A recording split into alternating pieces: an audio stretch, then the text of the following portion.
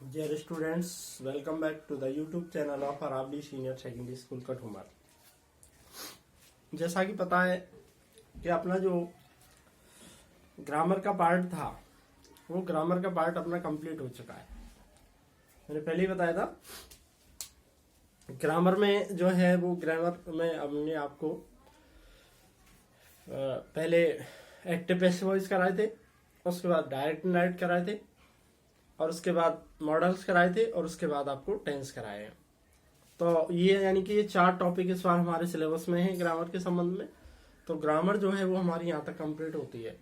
तो ग्रामर हमारी कंप्लीट होने के बाद में अब जो है वो टेक्स्ट बुक एक्चुअली क्या है कि प्रॉपर तरीके से नहीं हो पाएगी, तो इसलिए बजाय टेक्स्ट बुक के अब हमारा जो काम है वो अपन ये सोच रहे हैं कि अब हम आपको जो है वो कंपोजिशन पार्ट कराएंगे। कौन सा कराएंगे? Composition part.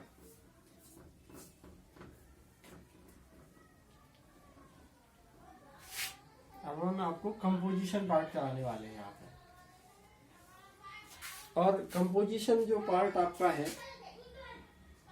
जिसे आप राइटिंग बोलते हैं, क्या बोलते हैं? राइटिंग, रीडिंग राइटिंग ऐसे बोलते हैं ना, ऐसे। तो इसमें अपन क्या है कंपोजिशन पार्ट कराएंगे। और कंपोजिशन पार्ट में आपको जो है जो आपकी सिलेबस में है वो लेटर्स हैं और शॉर्ट पैराग्राफ है। लेटर्स हैं और शॉर्ट पैराग्राफ है। तो अभी हम यहाँ पर जो आपको कराने वाले हैं वो लेटर्स कराने वाले हैं। क्या कराएंगे? लेटर्स करेंगे। लेटर्स के अंतर्गत अपन आप बात करेंगे लेटर की। अब लेटर क्या है, किस तरीके से, कौन कौन से हैं, उस पर अपन बात करने वाले हैं। तो अभी अपन कंपोजिशन पार्ट चालू करने वाले हैं जिसे आप राइटिंग बोलते हो। हालांकि कई स्टूडेंट तो ऐसा है जिस कंपोजिशन पार्ट को भी क्या कहते हैं ग्रामर नहीं, ग्रामर अलग चीज है, कंपोजिशन पार्ट अलग चीज है। कंपोजिशन बोलते हैं रचना करना। कंपोज का मतलब होता है रचना करना, किसी चीज का निर्माण करना, रचना करना, बनाना, उसको कंपोजिशन कहा जाता है। जैसे कई बार वो एक्सप्लेनेशन आती है ना, उसमें अपन लिखते हैं this line have been composed, sorry this poem has been composed, ये कविता रची गई है किसके द्वारा? फला कवि के द्वारा। तो कंपोजिंग मतलब होता है रचना करना, किसी चीज की रचना करना, किसी चीज का निर्माण करना, किसी को बनाना। तो उसमें अपन बात कर रहे थे। इसमें आपको जो है कंपोजिशन पार्ट के अंतर्गत आपके लेटर्स हैं और एक है आपका शॉर्ट पैराग्राफ।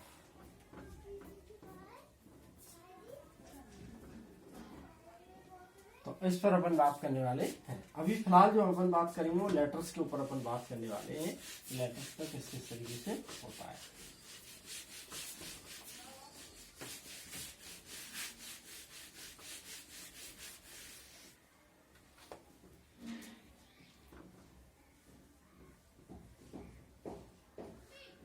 लेटर जो है, लेटर हमारे सिलेबस के अंतर्गत है। और जो लेटर्स आते हैं वो लेटर हमारे 2 प्रकार के लेटर्स होते हैं। लेटर कितने प्रकार के हैं हमारे सिलेबस में? 2 प्रकार के लेटर। एक तो है फॉर्मल लेटर और दूसरे हैं आपके इनफॉर्मल लेटर। यानी फॉर्मल लेटर होते हैं औपचारिक पत्र और इनफॉर्मल लेटर हुए अनौपचारिक पत्र। तो 2 प्रकार के लेटर हो गए, एक तो फॉर्मल लेटर और एक होता है इनफॉर्मल लेटर। फॉर्मल लेटर को कहते हैं औपचारिक निमंत्रण, औपचारिक पत्र, और इनफॉर्मल को बोलते हैं अनौपचारिक पत्र। अब बात ये आती है कि अपन क्या है कि देखो पहले तो इस चीज को समझ लो फॉर्मल क्या है और इनफॉर्मल क्या है। मैंने आपको पहले भी बताया था, हालांकि मॉडल्स के अंतर्गत भी बताया था। देखो फॉर्मल और इनफॉर्मल में अंतर क्या है, अपन कई बार पूछते हैं, क्लास में भी पूछते हैं कि फॉर्मल में और इनफॉर्मल में अंतर क्या है। तो ज्यादातर स्टूडेंट्स का जवाब ये होता है कि साहब फॉर्मल औपचारिक होता है, इनफॉर्मल अनौपचारिक होता है। तो ये तो अर्थ है। बेसिकली अंतर क्या होता है इनमें, किस तरीके का डिफरेंस होता है, क्या है, वो अपन इस पर बात करने वाले हैं अभी। तो देखो फॉर्मल क्या होता है, फॉर्मल हुआ औपचारिक। औपचारिक का मतलब होता है जिसमें किसी भी प्रकार का कोई अपनापन नहीं हो, सारा कुछ एक सिस्टम के तहत हो, वो फॉर्मल है। और जिसमें कहीं अपनापन हो, अपने शब्द हो, अपनी भाषा हो, वो क्या कहलाता है, इनफॉर्मल कहलाता है। अब कैसे, ऐसे समझिए आप कि भाई जैसे मान लीजिए अपन इसके आधार पे बात करें, तो इस पे बात करें तो इसके लिए तो अपन यूँ कह सकते हैं कि भाई जैसे ऑफिस वगैरह के लिए, कोई कार्यालय वगैरह में अपन कोई पत्र लिख रहे हैं, चाहे वो विद्यालय हो, चाहे कोई न्यूज़पेपर का संपादक हो, चाहे वो विद्यालय के बाहर जैसे बोर्ड सचिव हो, कोई भी हो, उसके लिए लेटर लिख रहे हैं तो फॉर्मल है। पर पारिवारिक पत्र लिख रहे हैं वो इनफॉर्मल है। जनरली लोग ये कह देते हैं कि सब ऑफिशियल जो है, ऑफिस संबंधी है, वो फॉर्मल है, और पारिवारिक पत्र होते हैं वो इनफॉर्मल होते हैं। पर ये होते क्यों है, कैसे है, वो समझिए आप।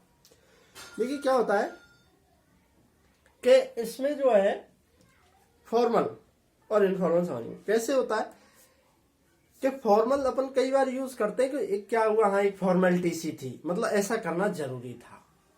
और इनफॉर्मल में क्या होता है, हाईएस्ट डिग्री ऑफ इंटीमेसी होती है, अपनापन होता है, कहीं ना कहीं घनिष्ठता, अपनापन दिखाई देता है। कैसे दिखाई देता है, जैसे देखिए मान लीजिए आपका कोई मित्र है। अब मित्र तो अपन पता है कैसा व्यवहार करते हैं आपस में। तो अब कोई मित्र है आपका, मान लीजिए वो कलेक्टर बन जाता है। अब वो कलेक्टर बन गया और वो आपके जिले में आ गया कलेक्टर बन करके। अब आप उसको पत्र लिख रहे हो, किस बात के लिए पत्र लिख रहे हो आप, आपकी कोई समाज में कोई प्रॉब्लम है, कोई सामूहिक प्रॉब्लम है, कोई समाज संबंधी प्रॉब्लम है कोई, तो ऑफिस के लिए पत्र लिख रहे हो। यानी आप किसको पत्र लिख रहे हो, कलेक्टर को, डीएम बोलते हैं कलेक्टर, डिस्ट्रिक्ट मजिस्ट्रेट। तो डीएम को पत्र लिख रहे हो और वो आपका मित्र है। तो ऑफिस में जब आप लिखोगे उसके लिए, कब लिखोगे, ऑफिस यूज के लिए, वो क्या है कि उसका जो कार्य काम है उससे रिलेटेड आप लिखोगे। कैसे, जैसे आपकी सामूहिक प्रॉब्लम है, कोई समाज में परेशानी चल रही है, कोई इस तरीके की बात है, तो भ्रष्टाचार हो रहा है मान लीजिए, ज्यादा नहीं, अपन ये सोचिए कि जैसे ये राशन वितरण होता है उसमें अपन भ्रष्टाचार कई बार देखने को मिलता है, या और कोई जैसे काम है गांव में होते हैं उनमें भ्रष्टाचार हो रहा है, और ऐसी कोई बात है, तो उस पर आप कलेक्टर के लिए पत्र लिख रहे हो।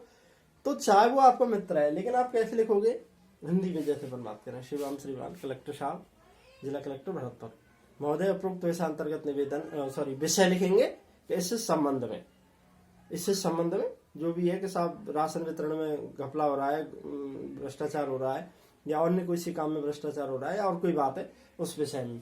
फिर लिखेंगे महोदय, उपरोक्त विषय अंतर्गत निवेदन है कि हमारे गांव में, हमारे कस्बे में, हमारी कॉलोनी में इस तरीके की परेशानी चल रही है, और इस संबंध में हम आप संबंधित व्यक्तियों से कई बार कह चुके हैं, लेकिन हमारी समस्या का कोई समाधान नहीं हो रहा है। अतः आपसे करबद्ध निवेदन है कि यथाशीघ्र समस्या का समाधान करने का श्रम करें, हम आपके बहुत बहुत आभारी रहेंगे। बड़े विनम्र शब्दों में और इस तरीके से हम उसको पत्र को 2 4 6 लोगों के 10-15 लोगों के हस्ताक्षर करवा करके उसे किसको प्रेषित करेंगे, कलेक्टर को। वो भले ही आपका मित्र है। अब वो अब ये कैसा हो गया, फॉर्मल, क्योंकि सारा कुछ हमने कैसे लिखा, एक सिस्टम के तहत, सेवा में श्रीमान कलेक्टर साहब, विषय इस विषय पर महोदय, उपरोक्त विषय अंतर्गत निवेदन है कि हमारी ये समस्या है, इसका यथाशीघ्र समाधान करने का श्रम करें, हम आपके बहुत बहुत आभारी रहेंगे। तो ये तो ऑफिस के लिए था। तो सारा कुछ एक फॉर्मल तरीके से हुआ, एक औपचारिक तरीके से हुआ, एक नियमबद्ध तरीके से हुआ। अब वही मित्र को आप घर पे पत्र लिख रहे हो। आजकल तो पत्र नहीं चलते हैं, खैर फैमिली लेटर, लेकिन पहले चलते थे, अब फोन चलते हैं। अब उसको पत्र लिख रहे हो आप उसके घर पे मित्र के रूप में, तो कैसे लिखोगे आप जानते ही हो। जैसे कई बार, अच्छा अब तो बहुत बड़ा हो गया है, तू भूल गया उन दिनों को, और इस तरीके से बड़ा नालायक है, नहीं जानता था, जब पहले हमारे पैनों को नहीं छोड़ता था, ये नहीं करता, मतलब बहुत सारी बातें अपन उसमें अपनापन कह सकते हैं। उसको खूब गालियां भी, जैसे मतलब अपने शब्दों में अपन कहें कि उसको किसी भी तरीके से अपन डांट फटकार सकते हैं, आपस में कोई भी बातें कह सकते हैं, लेकिन कब, घर के रूप में। तो वहां क्या हुई, वो इनफॉर्मल है, उसमें कोई फॉर्मेलिटी नहीं, ना उसमें ये लिखा सेवा में या आभारी, कुछ नहीं, केवल अपना अधिकार के साथ अपन उससे बात कर रहे हैं। वहां क्या है, वो इनफॉर्मल है, क्योंकि उसमें क्या है, अपनापन दिखाई दे रहा है। खूब लड़ रहे हैं उससे, लेकिन फिर भी अपने घर पे कोई बात करेंगे तो वो बड़े विनम्र होकर के, वो झुक करके बात करेगा आपसे। तो वो क्या है, इनफॉर्मल है। यहाँ क्या है, सारा कुछ सिस्टम के तहत था, भले ही मित्र था, लेकिन सारा कुछ सिस्टम के तहत था। तो ये क्या हो गया, ये हो गया कैसा, फॉर्मल है, और ये होते हैं इनफॉर्मल।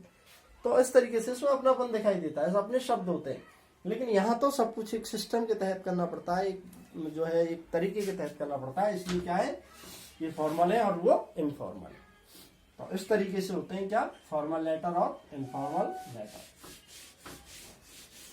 अब फॉर्मल लेटर से और इनफॉर्मल से मतलब बेसिकली तो आप यही समझ लीजिए कि जो कार्यालय संबंधी पत्र लिखे जाते हैं वो सब किस में आ जाएंगे, फॉर्मल में। और जो पारिवारिक पत्र होते हैं, कैसे, पारिवारिक, ये सब किस में आ जाएंगे, इनफॉर्मल में। और जो ऑफिशियल होंगे कार्यालय संबंधी वो सब किस में आ जाएंगे, फॉर्मल लेटर के अंतर्गत आ जाएंगे। अब फॉर्मल में कौन कौन से हैं, आपको किस किस तरीके के लगभग पढ़ने, तो देखो फॉर्मल में अपन पढ़ेंगे इसमें एक तो जैसे कि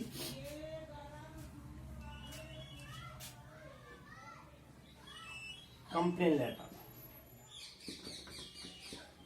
शिकायती पत्र। जैसे मान लीजिए कोई भी शिकायत अपन करें, जैसे मान लीजिए कि साहब विद्यालय में ज्यादातर केसेस में से आने वाले, जैसे विद्यालय में मान लीजिए आपका जो क्लासरूम की कंडीशन है वो ठीक नहीं है, उसकी शिकायत करते हुए आप प्रिंसिपल को, हेडमास्टर को पत्र लिखेंगे, साहब हमारे विद्यालय क्लासरूम मतलब जो क्लासरूम की जो कंडीशन है वो ठीक नहीं है, प्लास्टर उखड़ा हुआ है, ब्लैक बोर्ड सही नहीं है, या और भी कोई बात है, तो ये हमारे सामने समस्या चल रही है, तो इसका समाधान करें। ये होते हैं कंप्लेन लेटर। अब चाहे विद्यालय संबंध में हो, चाहे जैसे मान लीजिए आप कोई और अपनी वैसी कोई प्रॉब्लम है, जैसे मान लीजिए आपके बोर्ड के एग्जाम नजदीक आ रहे हैं और लाइट की व्यवस्था जो है वो, बिजली की जो व्यवस्था है वो ठीक नहीं है, तो आप कलेक्टर के लिए पत्र लिख सकते हो, सब इस तरीके से है। या और कोई समाज में गुंडागर्दी हो रही है, कोई इस तरीके की बात है, तो आप एसपी के लिए पत्र लिख सकते हो। कई बार डाक का वितरण सही नहीं होता है तो पोस्ट मास्टर के लिए शिकायत पत्र लिख सकते हैं कि आपका पोस्टमैन सही तरीके से डाक का वितरण नहीं करता है। ये सब किस में आएंगे, कंप्लेन लेटर में, शिकायती पत्रों के अंतर्गत आते हैं। तो ये शिकायती पत्र हो गया। प्रिंसिपल के लिए लिखना है कि साहब विद्यालय में ये कंडीशन है, खेलकूद की व्यवस्थाएं ठीक नहीं है, या फर्नीचर ठीक नहीं है, या क्लासरूम की कंडीशन ठीक नहीं है, या आपका सिलेबस नहीं हुआ है तो उसके लिए एक्स्ट्रा क्लास की व्यवस्था, इस तरीके की जो है वो सब कंप्लेन लेटर के अंतर्गत आएंगे। यानी कोई शिकायत करनी है कि साहब ये चीज है जो ज्यादा ठीक नहीं है, यहाँ पर ये परेशानियां चल रही हैं। अब चाहे वो पोस्टमैन के खिलाफ शिकायत हो पोस्ट मास्टर से, चाहे वो बिजली की संबंधी समस्या के लिए शिकायत हो कलेक्टर से, या मान लीजिए जैसे कि साहब आप लड़की हैं कोई और विद्यालय जाती हैं और आपके आसपास आवारा लोग जो है घूमते रहते हैं, लड़के घूमते रहते हैं, इस तरीके की कंडीशन आजकल बहुत हो रही है, तो इसके संबंध में आप कलेक्टर को, एसपी को पत्र लिखोगे, सब इस तरीके की समस्या है। तो ये सब किस में आ जाते हैं, कंप्लेन लेटर के अंतर्गत आ जाते हैं, शिकायती पत्र के अंतर्गत आते हैं।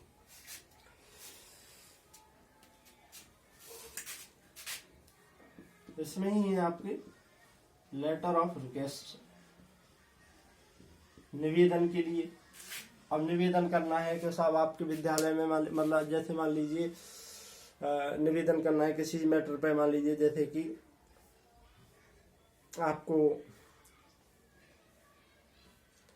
फीस माफ करवानी है, लाइब्रेरी से बुक इशू करवानी है, या इस तरीके की कोई निवेदन है, तो वो अपन निवेदन कर सकते हैं। जैसे विद्यालय में निवेदन करेंगे कि साहब इस तरीके से मैं गरीब लड़का हूँ, मेरे पिताजी इस तरीके से गरीब हैं, वो फीस जो है विद्यालय की भरने में असमर्थ हैं, तो फीस नहीं भर सकते हैं, उसके लिए फीस माफ करने की कृपा करें। तो ये रिक्वेस्ट के अंतर्गत आता है, निवेदन के अंतर्गत आ जाते हैं। या मान लीजिए आपको करेक्टर सर्टिफिकेट लेना है विद्यालय से, या आपको मान लीजिए कोई मार्कशीट इश्यू करानी है विद्यालय से करानी है, या माध्यमिक शिक्षा बोर्ड से करानी है, तो वो सब रिक्वेस्ट के अंतर्गत आ जाते हैं। मान लीजिए आपकी मार्कशीट खो गई है, 10th क्लास की मार्कशीट खो गई और आपको जरूरत है, तो आप डुप्लीकेट कॉपी मार्कशीट की जो डुप्लीकेट कॉपी है, मार्कशीट की डुप्लीकेट कॉपी, मतलब एक जब ओरिजिनल खो जाती है तो उसके बाद जो दूसरी बनती है, हालांकि वो होती वैलिड ही है, लेकिन उसको डुप्लीकेट कॉपी बोलते हैं। क्या बोलते हैं, डुप्लीकेट कॉपी। तो माध्यमिक शिक्षा बोर्ड अजमेर के सचिव के लिए पत्र लिखेंगे कि साहब मेरी इस तरीके से मार्कशीट खो गई है और मुझे दूसरी मार्कशीट देने की कृपा करें, तो ये रिक्वेस्ट के अंतर्गत आ जाते हैं। इसके बाद है लेटर ऑफ इंक्वायरी।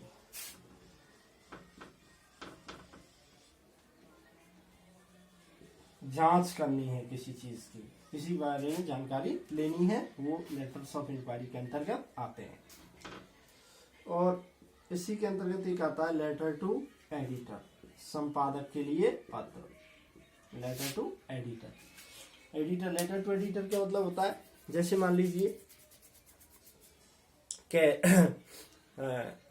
कोई भी बात है, कोई भी समाज में मतलब क्या होता है कि हमारे समाज में आज एक सिस्टम बन गया है कि अपन किसी भी चीज पर जब तक फोकस नहीं करते हैं, जब तक ना तो प्रशासन ध्यान देता है, ना ही जनता को भी इसमें जो है ज्यादा ध्यान नहीं होता है। कोई समस्या चल रही, लोग आपस में बात कर लेते हैं, लेकिन अगर एक बार वो चीज मीडिया में आ जाती है, अखबार में आ जाती है, तो फिर वो क्या है, उस पर थोड़ा सा जो है वो फोकस होने लगता है, लोग उस पर ध्यान देने लगते हैं। तो इसके लिए क्या होता है, जैसे उसके लिए संपादक के लिए पत्र लिखा जाता है। संपादक होता है किसी भी पत्र पत्रिका का जो है वो मेन जो होता है, यानी उसी की देख रेख में सारा काम होता है, क्या छपना है, कैसे छपना है।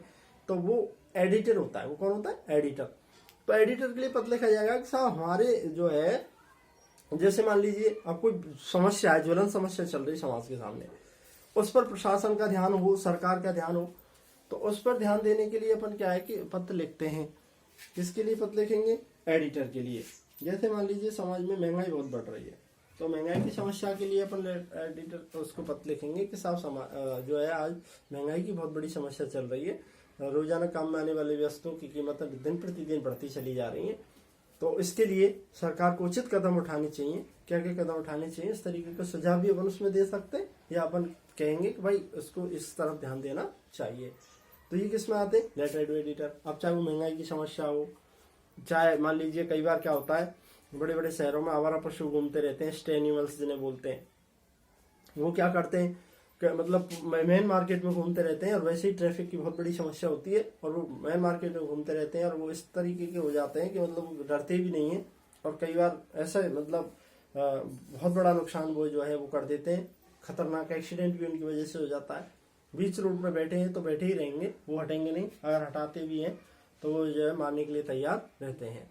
तो इस तरीके की कोई समस्या है। अब म्यूनिसिपल कॉर्पोरेशन है आपकी, जैसे नगर पालिका, नगर निगम, नगर परिषद, वो ध्यान ही नहीं दे रहे हैं साहब, तो उसके लिए पत्र लिखेंगे एडिटर के लिए कि साहब इस तरीके की समस्या है, तो हमारे इन विचारों को आप अपने अखबार में स्थान दें, ताकि प्रशासन का ध्यान इस तरफ जाए और वे इसके मैटर में कोई उचित कदम उठाएं।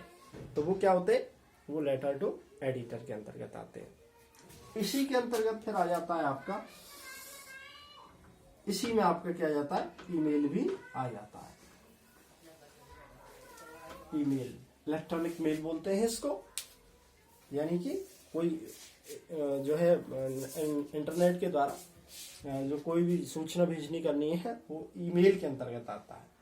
और ईमेल में और इसमें लेटर में, फॉर्मल लेटर में कोई ज्यादा अंतर नहीं आएगा, केवल फॉर्मेट का अंतर आएगा, कोई खास अंतर नहीं है। वो ईमेल होते हैं मतलब जो कंप्यूटर के माध्यम से अपन या इंटरनेट के माध्यम से अपन कोई सूचना का आदान प्रदान करते हैं, वो सब किसके अंतर्गत आते हैं? ईमेल के अंतर्गत आते हैं। अब ईमेल तो ये कैसा है, रिटन के माध्यम से अपन बात कर रहे हैं, ऑफलाइन अगर इसकी बात कर रहे हैं तो ये सारी चीज आ जाएंगी। और इन्हीं चीजों को अगर अपन इंटरनेट के माध्यम से कर रहे हैं, इलेक्ट्रॉनिक मेल के माध्यम से कर रहे हैं, तो वो ईमेल के, यही चीज इसके अंतर्गत आ जाएंगी, ईमेल के अंतर्गत आ जाएंगी। मतलब ईमेल के अंतर्गत ये सारी चीज समाहित हो जाएंगी। ये क्या है कि पर्सनली अपन बात करते हैं लिख करके, और ये क्या है, मेल होता है, इलेक्ट्रॉनिक मेल होता है, नेट के माध्यम से होता है, इंटरनेट के माध्यम से होता है, इतना अंतर है इसमें। बाकी ये सारी चीज इसके अंतर्गत आ जाएंगी। ये जो चीज है ना, उनको ईमेल के द्वारा भी करवा सकता है। ये तो अपन लेटर लिख करके करते हैं, इन्हीं चीजों को वो ईमेल के द्वारा अपन को करवा सकता है। अच्छा, इसके बाद दूसरा है अपना इनफॉर्मल लेटर। और इनफॉर्मल लेटर के अंतर्गत तो आपको पता ही है कि इनफॉर्मल लेटर जो होते हैं उसमें अपने अनौपचारिक पत्र बोलते हैं। ये पारिवारिक पत्र होते हैं, इसमें अपने फैमिली संबंधी, किसी अपने नाते रिश्तेदार के पत्र लिखना है। आपने जैसे माता पिता के लिए, आप कहीं बाहर रह करके पढ़ रहे हैं, आपको पैसे मंगवाने हैं, या मान लीजिए आपको कोई सूचना देनी है, आप कहीं जैसे मान लीजिए कहीं बाहर पढ़ रहे हैं, हॉस्टल में रहकर पढ़ रहे हैं, और आपके पास पैसे खत्म हो गए, आपको बुक्स लेनी है, तो अपने पापा को पत्र लिखोगे आप कि साहब मुझे इस तरीके से पैसे की आवश्यकता है, मुझे इस तरह की किताबें लेनी है, तो मुझे पैसे भिजवाएं। उसके बारे में हो सकता है। या मान लीजिए आप हॉस्टल में रहकर पढ़ाई कर रहे हैं और आपका विद्यालय कहीं टूर पे जा रहा है, तो आप टूर पे जाना चाहते हैं, तो उसके बारे में अपने पिताजी को पत्र लिखोगे सब में परमिशन लेने के लिए कि मैं जा सकता हूँ कि नहीं जा सकता हूँ, इस संबंध में आते हैं। कई बार अपने आप कहीं बाहर गए, मतलब हॉस्टल में रह रहे हैं, आपकी हॉस्टल लाइफ कैसी चल रही है उसके बारे में अपने पिताजी को बताएंगे कि साहब ऐसा ऐसा, उन्होंने हो सकता है आपसे पूछा हो कि भाई आपका जीवन कैसा चल रहा है, क्या व्यवस्था है, तो आप उनको सूचना दें कि भाई मैं इस तरीके से रह रहा हूँ, ये यहाँ पर ऐसा ऐसा होता है, उसके संबंध में हो सकता है। या मान लीजिए कई बार अपन किसी को इनवाइट कर रहे हैं या किसी चीज की सूचना दे रहे हैं, मतलब आपका कोई सिलेक्शन हो गया किसी चीज में, आप अपने मित्र को रिश्तेदार को बता रहे हैं उस संबंध में। या हो सकता है कि आपके मित्र का आपके रिश्तेदार का सिलेक्शन हुआ है, आप उसको बधाई संबंध में पत्र लिखो। तो ये सारे के सारे जो है वो किसमें आते हैं, इनफॉर्मल लेटर्स के अंतर्गत आते हैं, अनौपचारिक पत्र के अंतर्गत आते हैं। तो ये जो है वो 2 प्रकार के लेटर हमारे सिलेबस के अंतर्गत होते हैं। अब अपन इस पे बात करने वाले हैं, जिस पे फॉर्मल लेटर कैसे लिखा जाता है, क्या होता है इसके अंतर्गत, उस पर अपन बात करने वाले हैं।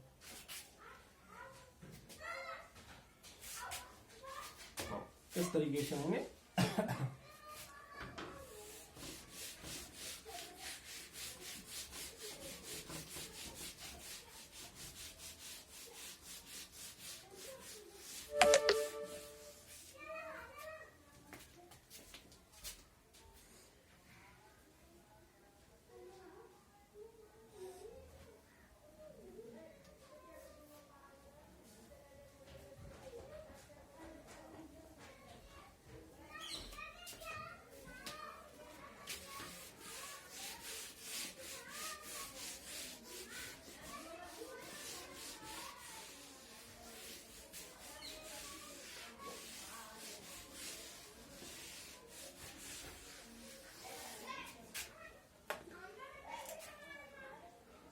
देखिए फॉर्मल लेटर अभी कौन से कराने वाले हैं अपन को, फॉर्मल लेटर्स। फॉर्मल लेटर्स कराने वाले कौन से, फॉर्मल लेटर। अब अपन सबसे पहले अपन आपको जो है वो फॉर्मल लेटर्स का क्या बताएंगे, फॉर्मेट बताएंगे कि वो किस तरीके का फॉर्मेट तैयार किया जाता है, किस तरीके से फॉर्मल लेटर्स को लिखा जाता है, वो ध्यान देने वाली बात है। तो देखो यहाँ ऊपर से ही देखेंगे, इसको थोड़ा मिटाना पड़ेगा, आप अपनी कॉपी में हेडलाइन ना लेना, और क्या करना है, फॉर्मल लेटर्स का फॉर्मेट देखना है, केवल किस तरीके से फॉर्मेट में किस तरीके से उसको बनाया जाता है, उस पर अपन बात करने वाले हैं। सबसे पहले उसको फॉर्मल लेटर्स का फॉर्मेट कैसे बनाया जाता है, किस तरीके से उसको तैयार किया जाता है।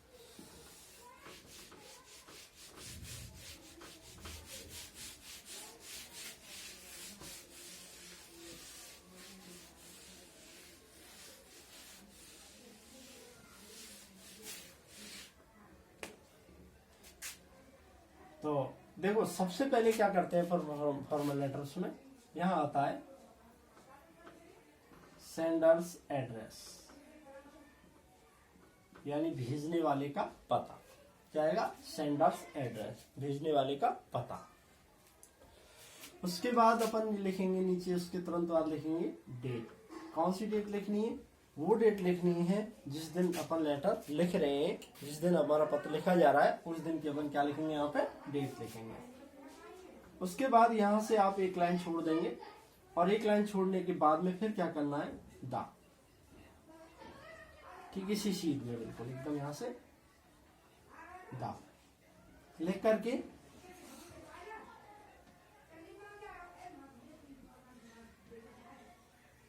पाने वाले का पद नाम,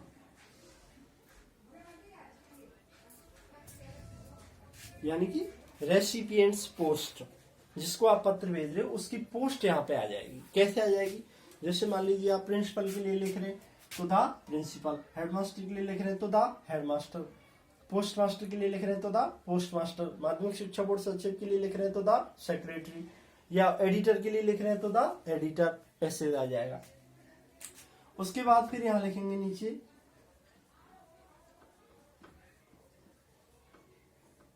कार्यालय का नाम, जैसे मान लीजिए प्रिंसिपल के लिए लिख रहे हैं, हेडमास्टर के लिए लिख रहे हैं तो विद्यालय का नाम आ जाएगा, पोस्ट मास्टर के लिए लिख रहे हैं तो पोस्ट ऑफिस आ जाएगा, और माध्यमिक शिक्षा बोर्ड में सचिव के लिए लिख रहे हैं तो यहाँ पर माध्यमिक शिक्षा बोर्ड आ जाएगा, RBSE या BSER।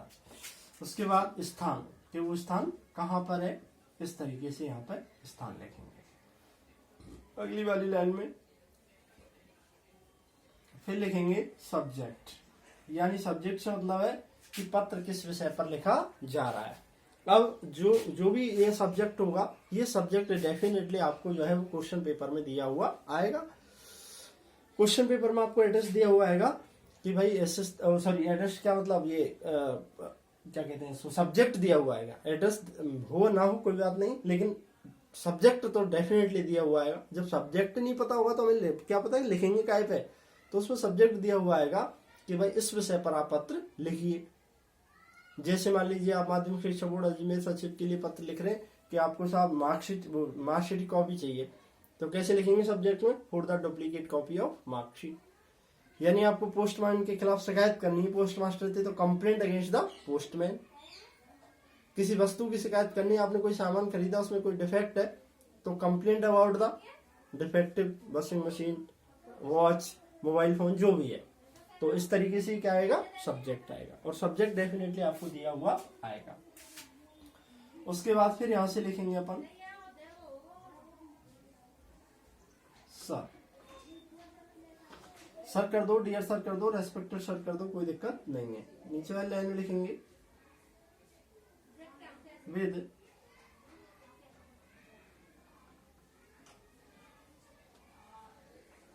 ड्यू रेस्पेक्ट, यानी बड़े सम्मान के साथ, आई वांट टू ड्रॉ अ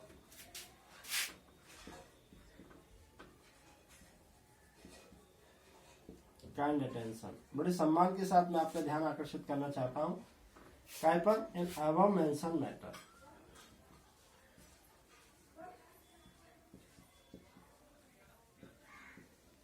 ऊपर दिया गया मामला है उस मामले पर मैं आपका ध्यान आकर्षित करना चाहता हूं। इस तरीके से लिखेंगे। ऊपर दिया मतलब सब्जेक्ट में जो मैटर दिया गया है उस विषय पर मैं आपका ध्यान आकर्षित करना चाहता हूँ। मतलब विद ड्यू रेस्पेक्ट, बड़े सम्मान के साथ, आई में वांट माने चाहता हूँ, टू ड्रॉ माने आकर्षित करना, योर माने तुम्हारा, काइंड अटेंशन माने ध्यान, काय पर, इन अबव मेंशन मैटर, ऊपर दिए गए मामले पर।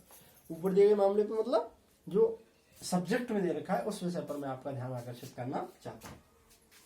फिर आप अपने बारे में लिखोगे कि भाई मैं ये हूँ, मैं इस तरीके का काम करता हूँ, या जो भी है इसके बारे में आप बताएंगे। पूरी डिटेल यहाँ पर जो जिस मैटर पर है वो पूरी डिटेल आपको यहाँ पर 4-5 लाइन में, 5-6 लाइन में जो है वो बतानी पड़ेगी। कोई इस तरीके की बात है और ये जो है वो यहाँ पर करना है। तो ये लिखेंगे इस तरीके के। बाद में फिर जब यहाँ से ये कंप्लीट हो जाएगा तो अपन लिखेंगे क्या, प्लीज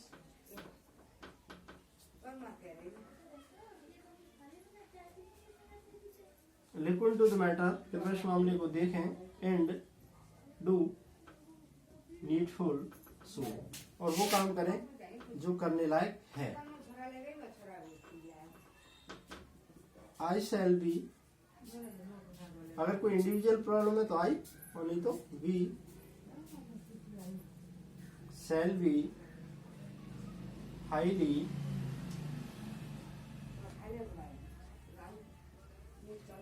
obliged to you। ये लिखेंगे।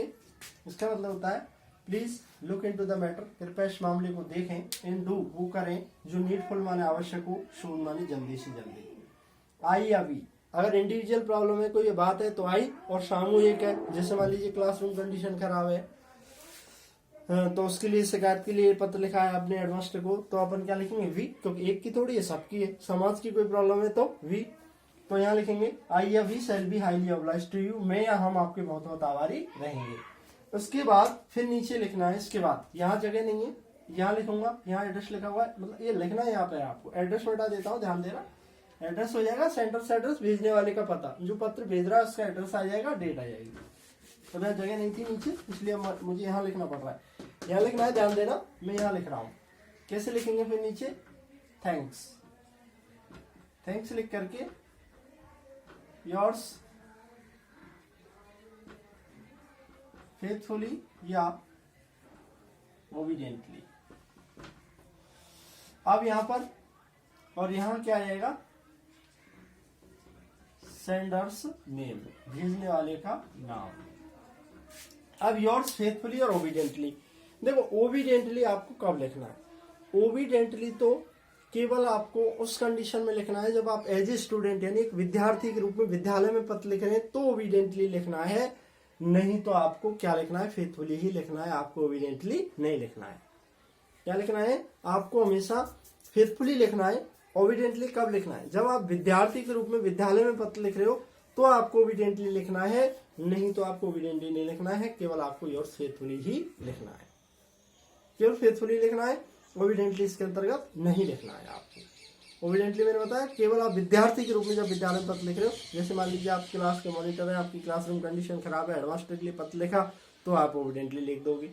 आप मान लीजिए एक्स्ट्रा क्लास की रिक्वेस्ट कर रहे हैं, गुरुजी से कोई एक्स्ट्रा क्लास लगवाई जाए तो उसके लिए आप ओबिडेंटली लिख देना।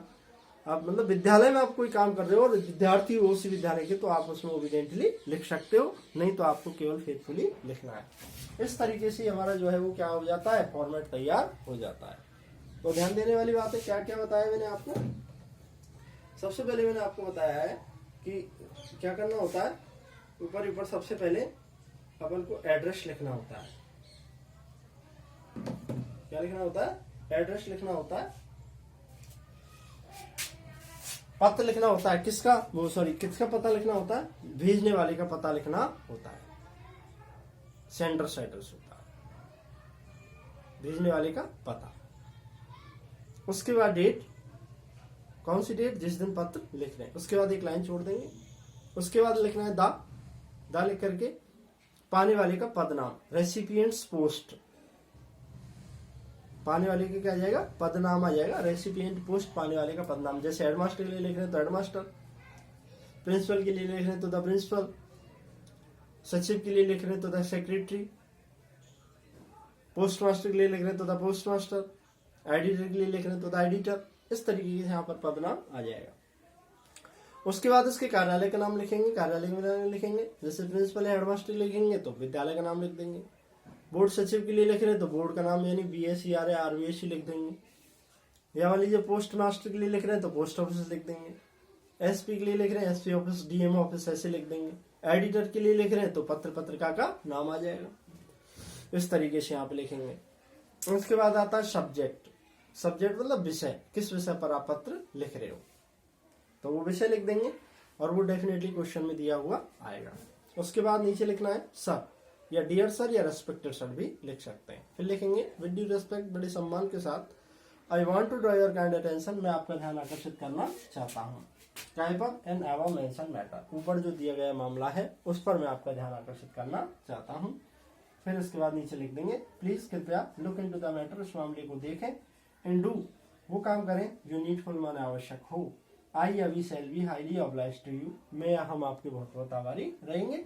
इंडिविजुअल बात है तो आई, सामूहिक है तो वी, आई या we shall be highly obliged to you, thanks और योर्स फेथफुली या ओबिडेंटली। ध्यान देना, ओबिडेंटली कब लिखना है? जब आप विद्यार्थी के रूप में विद्यालय में पत्र लिख रहे हो तो ओबिडेंटली लिखना है, नहीं तो फेथफुली।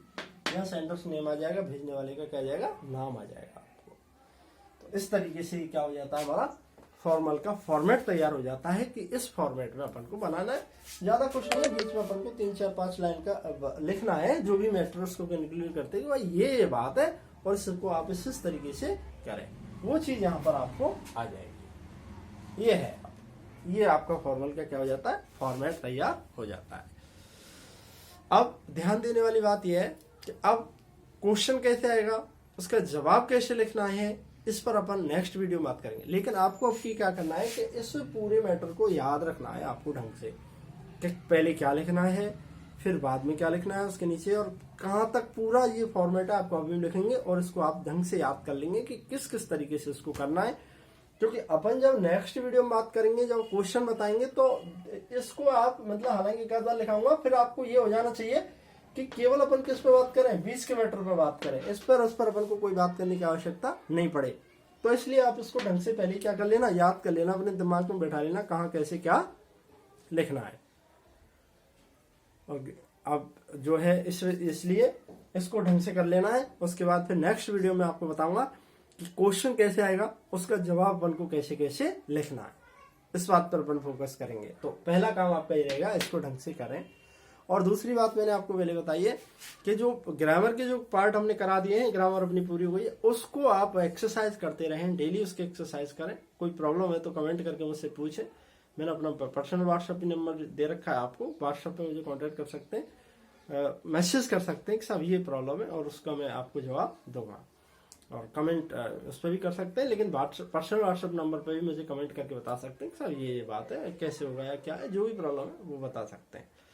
उनमें आप एक्सरसाइज करिए और इनको ढंग से क्या कर लीजिए, याद कर लीजिए कि कैसे कैसे इसको लिखना है, क्या इसके अंतर्गत करना है।